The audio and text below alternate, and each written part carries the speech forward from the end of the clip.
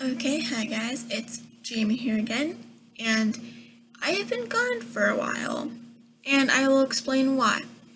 I went to Chicago this last week for a youth conference with my church and my youth group, and so I was going to Chicago, and we did a lot of cool stuff. Like, we went out to the community and tried to share the gospel with people, and then I made some friends there, and we hung out, and we tried Chicago pizza for the first time. And if you have not tried Chicago pizza, you've not expanded your world of pizza, you've not lived, and you do not know what pizza is until you've tried Chicago pizza.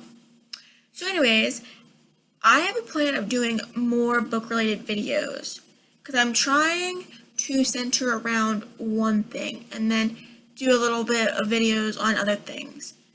So my main focus is going to be books, and then side things will be like fashion and advice and just stories about my life too, like story times and stuff. Those will be little side things. And sorry about my hair, it's really crazy. It got really windblown today. So to start off my booktube, I decided to do a book tag, and it's for every month of the year. The first one is January. Garnet. Associate with warding off negative forces and dark energies. Name a book with the darkest or evilest character you can think of. Well, the book I chose was And Then There Were None by Agatha Christie. This is just a paper we had in the back to write about the characters and stuff, because I had to read a book in a day at my school, and we read this. And the reason I chose this is because throughout the entire book, almost everyone dies, and you don't know who that is, who the one who is killing everyone is, until the very end. So I chose this because it's the person who killed everybody does a lot of evil things. He or she splits open someone's head, they choke somebody to death, and they kill somebody while in their sleep. So, yeah.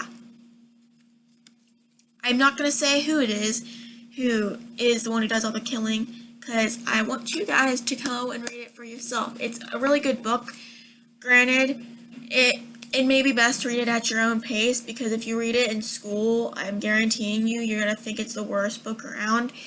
Because when you read it in school, you're going very slow. It's not just at your own pace. So, there's the first one. And then the next one is February.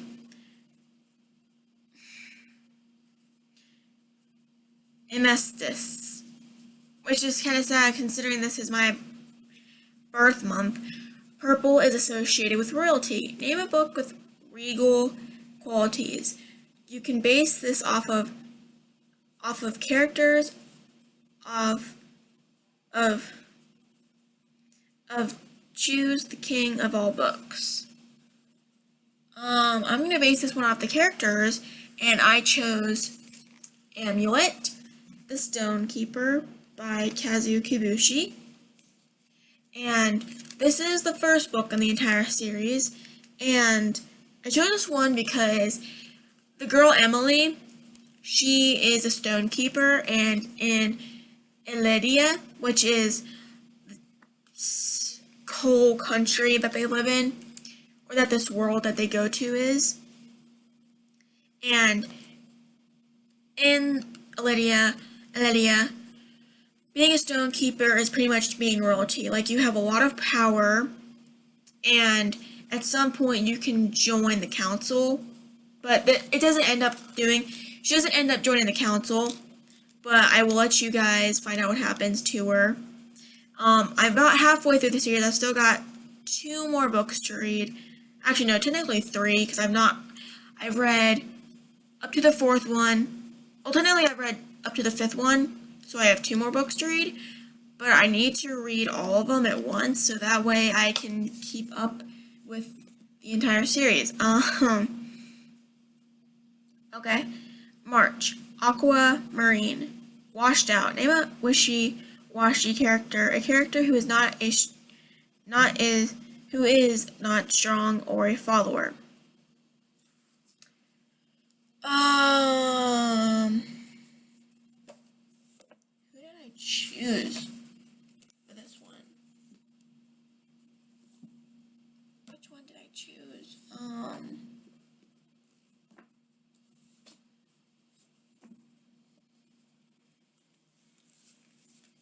Oh, it was this one. 1 minute. I need to try and figure out. Okay. I chose Rapunzel's Revenge, and the character I chose out of this one was Mason. Like the guard who's like Rapunzel's friend when she's younger, and the one who takes her to the tower and stuff. Oh yeah, and it's by Shannon and Don Hale, or Dean. I'm pretty sure it's Don though. Anyways, I chose this one because Mason is kind of a wishy-washy character. Like at the beginning, he's like totally, like he knows what he's doing is wrong. He just doesn't want to help Rapunzel in the beginning, and he goes for Mother Gothel. And in the end, he ends up helping Rapunzel, but he's kind of wishy-washy throughout the entire story. So, yeah. I chose that one.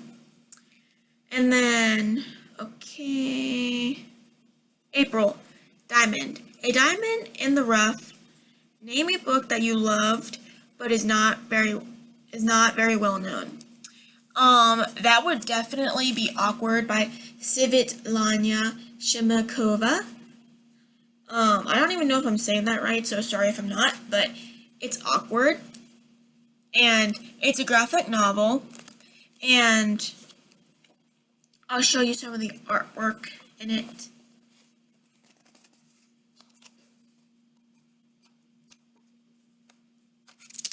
Oops, my bookmark fell.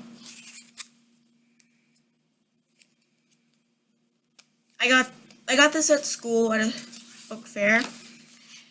And this is not a very well-known book, and it's not getting enough credit as it really should. Like, I love this book. Definitely go check out this book. You have to read it. It's like, basically, it's so true to, like, a teenager school life. It's about a girl who's very artistically talented and a boy who's very talented in science, and how, like, one incident in the hallway like brings them two together, and they end up becoming friends at the end. So, love this book. By the way, it does not have anything to do with romance. It is just a sweet coming of age story. Okay? And it is awkward. So, it's a really good book. I highly recommend it. It's a very good one for starting off in graphic novels. Like, my very first graphic novel was probably Smile by Raina Telgemeier. And don't get me wrong, that is good, but if you're not one for dentists and dealing with blood and losing teeth, then it may not be good for you, even though it's in a cartoon fashion style. But I would highly recommend that one too for like older ages and stuff. Anyways, moving on. May, Emerald. Said to balance energy. Name two characters who balance each other well.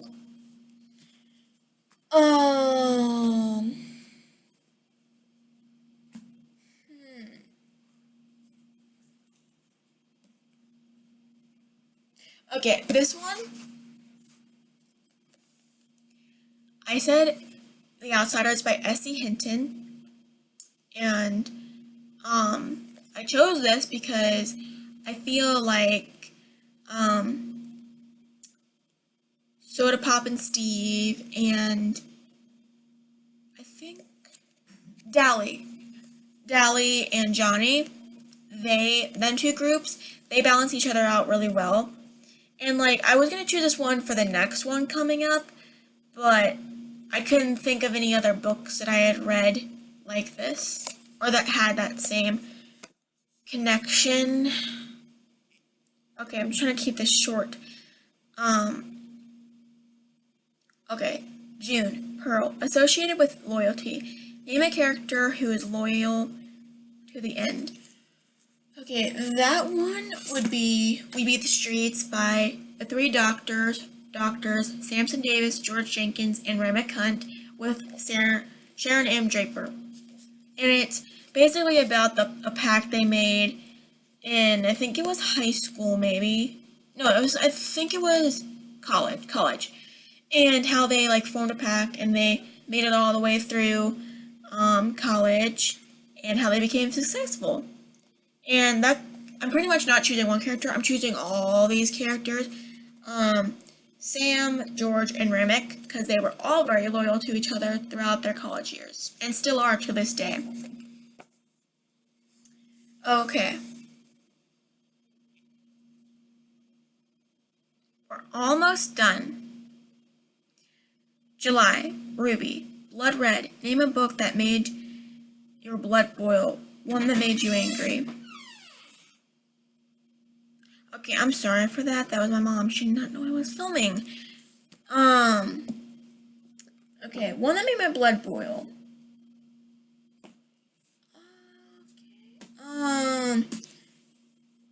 I have two that I could name for this, but I'm going with this one because,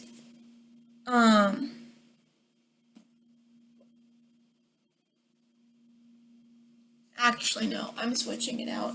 1 minute, you guys. Okay. This one, okay, this is what I'm going with for this one, and it's Warriors Don't Cry by Melba Patillo Beals, and she was actually one of the Little Rock Nine, from Little Rock, Arkansas, and how it's around the time when segregation was a big thing and they were integrating Little Rock High, and she was in that Little Rock 9 group, and this one makes my blood boil a lot, just with how badly they were treated and with how they were given these guards to protect them, and half of the time the guards did nothing. They always blamed it on the Little Rock Nine for causing trouble. And it also made us blood boil because there's a lot of times where they would fight back and they would have good reasoning for fighting back because they would be spit on, or people were calling them names, or people were physically abusing them, and no one even really considered their side of the story. They just automatically thought, okay, well, you're getting in trouble, you're going to the principal's office. One of them actually got expelled for totally doing something that I would do if I was being treated that badly. So, this one made my blood boil a lot. There's a lot of times where I just wanted to crawl into the story and be like, legit wanted to just be, like, screaming at the top of my lungs. It took everything in me not to freak out. Okay, moving on. August. Peridot. Pale green. It pales in comparison to other gems. Name a supporting character who you like better than the main character. Oh. Okay. This is another Sharon M. Draper book, and it's called Tears of a Tiger, the first book in the powerful Hazelwood High trilogy. And this is, it's a good book. It's told in the point of view of a bunch of different characters. It is told through them talking, them, like, writing, newspapers, and police reports. And, I like Tyrone in this, and I like, trying to find which one it is. I think it might be Rhonda or somebody. 1 minute. It's somewhere.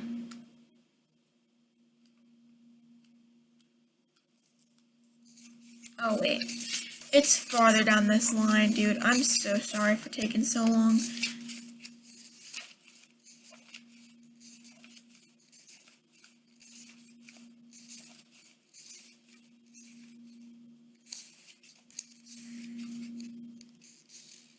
Okay, I'm thinking it's Rhonda, who I'm thinking of, or it might be somebody else. Regardless, Andy was not my favorite character just because I kind of felt like even though he did get in a car wreck and his best friend died, I kind of felt like, I understand why someone would be moping around a lot because it's sad, but I didn't like it that in every single chapter he was moping around and stuff. And I didn't like it how he treated his friends and everything. Because, you have every right in the world to be mad, but after a while, it's kind of like you need to, realize that they moved on to a better place and everything. And realize that even if they may not be here physically, they're always going to be with you in spirit and stuff. So, yeah. Okay, next one. September, Sapphire, blue like the ocean, which is calming. Name a book that had a calming effect on you.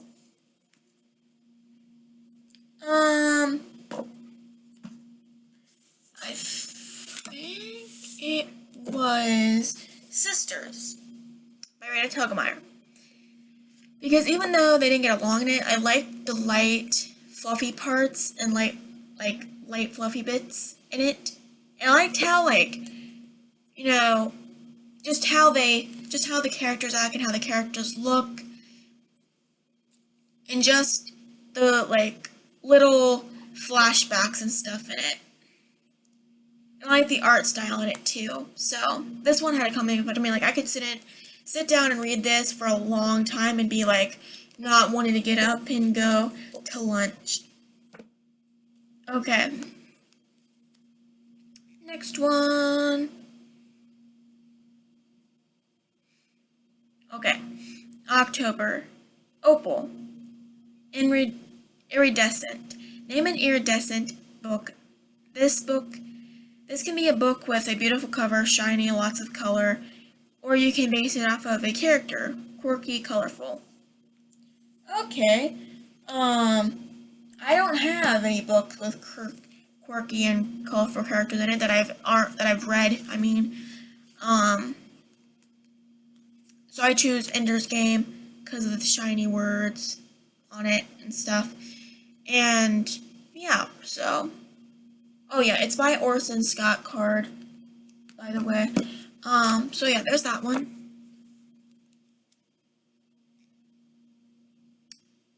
Okay. November, Topaz, associated with resilience. Name a book with a character who rises to the top in a time of adversity. Okay, this is the one that I switched around, because originally I was gonna say Warriors Don't Cry, but The Giver, because Jonas does rise up in a time of adversity. And when people were just, being so depressed and, having everything be chosen for them. You have no choices at all. And so he, rose to the top, and even though he knew that he couldn't return ever again, he did it anyways, because he knew it was for the good. He knew it was for a greater cause. So, yeah. Oh, yeah, and it's by Lois Lowry. That's probably the classic book, too.